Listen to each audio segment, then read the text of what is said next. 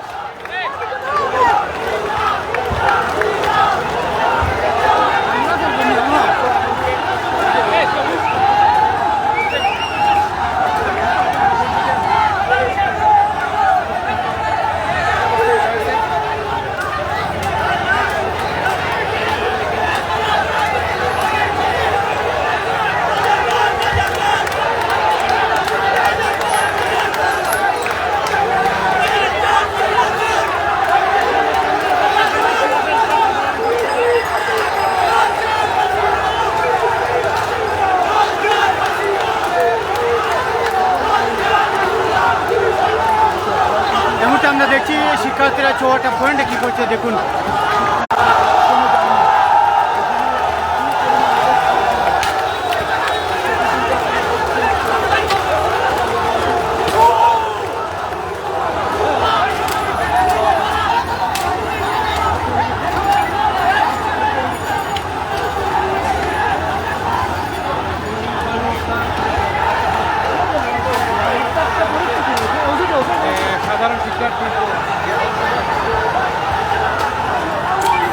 সাধারণ শিক্ষার্থীদের হাতে লাঠি বাঁশ নিয়ে তারা কিন্তু এই মুহূর্তে অবস্থান করছে।